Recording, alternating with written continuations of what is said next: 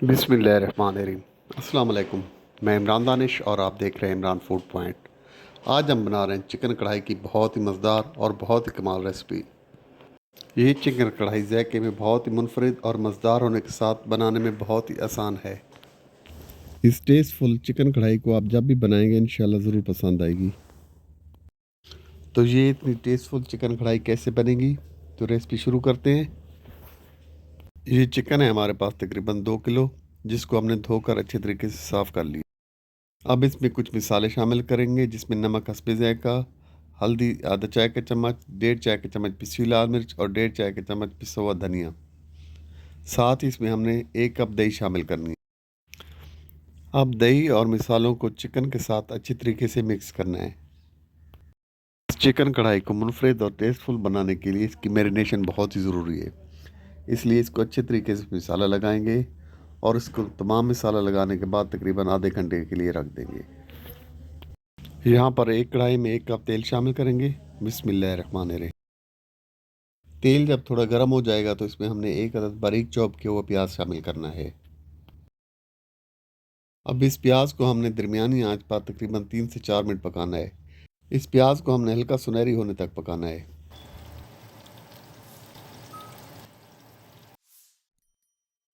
यहाँ पर प्याज को पकते हुए तकरीबन 3 से 4 मिनट हो चुके हैं। अब इसमें हमने अदरक लहसुन का पेस्ट शामिल करना है, तकरीबन 2 खाने के चम्मच, और इसको प्याज़ों के साथ थोड़ी देर पकाएंगे। अदरक लहसुन को प्याज के साथ हम तकरीबन 10 से 15 सेकंड तक पकाएंगे। अब यहाँ पर हम टमाटर शामिल करेंगे। ये तकरीबन 4 से 5 अदद पिसे हुए टमाटर हैं।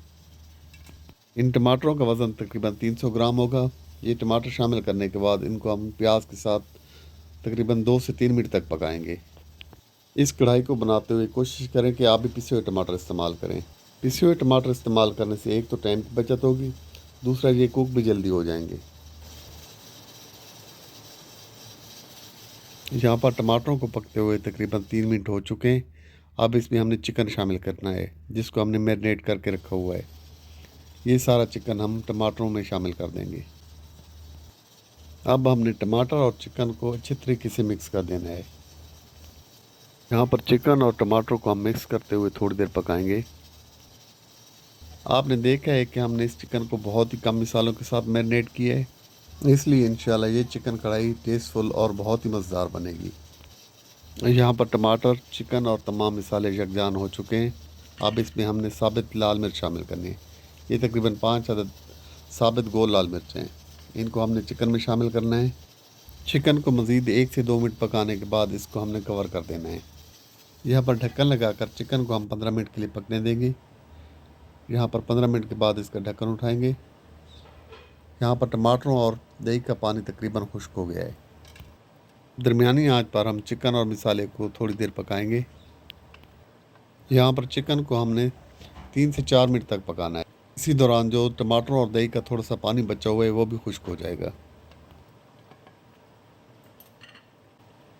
अब यहाँ पे इसमें हमने हरी मिर्ची शामिल करनी है, तकरीबन 4 अदद। साथ ही इसमें थोड़ा सा पिसा हुआ गरम मसाला शामिल करेंगे। साथ ही इसमें पिसी हुई काली मिर्च शामिल करेंगे। काली मिर्च शामिल करने के बाद इसमें हमने कसूरी मेथी शामिल करनी है, तकरीबन 1 खाने का चम्मच। अब इन तमाम चीज़ों को हमने चम्मच की मदद से अच्छे तरीके से मिक्स करना है।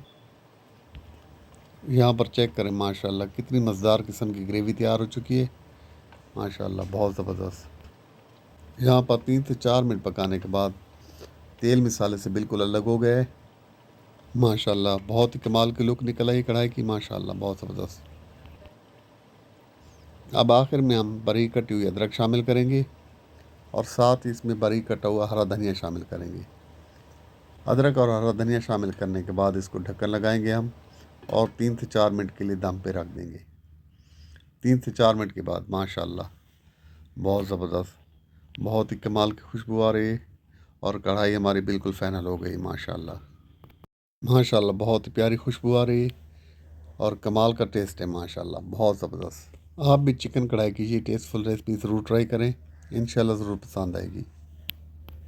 रेसिपी अच्छी लगे तो इसको लाइक और शेयर ज़रूर कीजिए और हमारे चैनल को सब्सक्राइब ज़रूर कीजिए। बहुत शुक्रिया।